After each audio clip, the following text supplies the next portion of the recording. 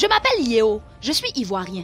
La plupart du temps, dans les films américains, on voit des enquêteurs exceptionnels retrouver des indices à partir de presque rien. On peut se dire que c'est du cinéma. Mais moi, j'ai vu de mes propres yeux des gens enquêter de manière mystique jusqu'à retrouver les auteurs d'un vol pratiquement sans aucun indice. Tu veux savoir comment ça s'est passé? Ok, je vais t'expliquer. Mais d'abord, abonne-toi. Je m'appelle Yeo, je suis ivoirien. Je viens du nord du pays. À l'époque où l'histoire se déroule, je travaillais comme ingénieur agronome. Le jaunissement mortel, une maladie qui s'attaque aux cocotiers, faisait rage dans les régions de la côtière. J'avais mis au point une stratégie pour ralentir ses effets au cours de mes recherches pour trouver une solution à ce fléau. C'est lors de l'un de mes ateliers de restitution que j'ai été approché par un homme qui souhaitait que je l'aide dans ses plantations de coco. Lui, il résidait à Jacquesville et était fils de cette région, donc à Ladjan. Je pensais connaître Jacquesville comme beaucoup d'Ivoiriens pour ses belles plages. Pourtant, étranger à gros yeux mais il ne voit rien, dit un célèbre proverbe.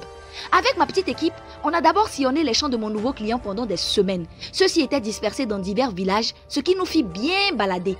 À Sassako, à Doumangan et Bayama, on a adoré l'hospitalité des associations de jeunes.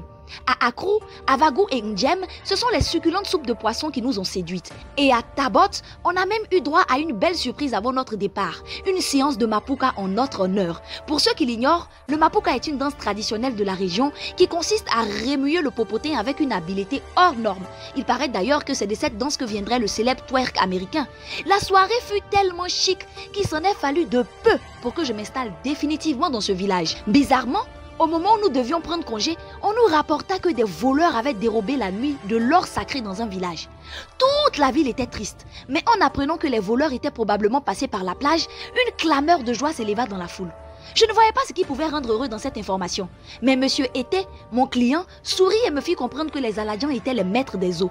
Je voulus pouffer de rire, car à ma connaissance, les Bozo, ce peuple d'Afrique de l'Ouest qui vit sur les bords du fleuve Niger, maîtrisaient l'eau mieux que n'importe quel autre peuple. Réputés pour être d'excellents pêcheurs et d'excellents nageurs, je savais qu'on leur faisait souvent appel dans les cas de naufrage afin de retrouver d'éventuelles victimes. Heureusement que je gardais ma pensée pour moi. Mon client continua. S'ils sont vraiment passés sur la plage, les initiés vont pouvoir lire dans leur pas et les retrouver. C'est un petit problème ça. Je suivais la foule vers la plage pour voir ce qui allait se passer. Mais de loin déjà, on pouvait voir qu'il n'y avait aucune trace. Les vagues avaient tout effacé.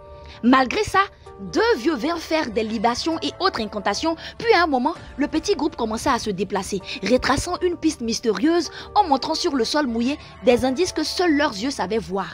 Ils marchaient ainsi de longues minutes, s'arrêtant de temps en temps pour murmurer entre eux et semblant questionner les vagues et la terre.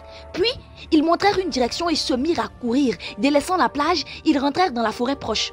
Et comme par magie, on retrouva deux jeunes hommes cachés dans une espèce de campement au fond d'une cocoterie avec le butin. On avait pourtant traversé toute la ville. Comment ces pisteurs ont-ils fait?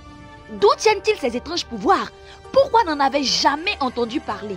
Ébloui par tant de mystères, je rentrais chez moi avec le goût amer d'être un ignorant des coutumes de mon propre pays. Ce que tu n'as jamais vu, faut pas dire que ça n'existe pas. Toute ressemblance avec des faits, des personnages existants ou ayant existé n'est pas du tout le fruit d'une pure coïncidence. Ah, madame.